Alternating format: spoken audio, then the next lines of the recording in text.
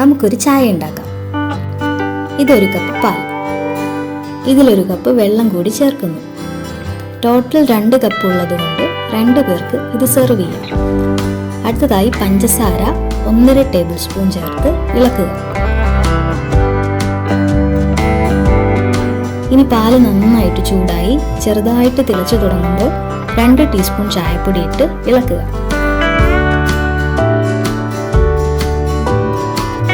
തീ മീഡിയം ഫ്ലെയിമിൽ വെച്ച് തുടർച്ചയായി ഇളക്കുക. പിന്നീട് ലോ ഫ്ലെയിമിൽ വെച്ച് കുറച്ചു നേരം തിളപ്പിച്ച് ചായ പൊങ്ങി വരുമ്പോൾ തീ ഓഫ് ചെയ്ത് അരിച്ചെടുക്കുക. ഇനി ചായ കപ്പിലൊഴിച്ച് സെർവ് ചെയ്യാം.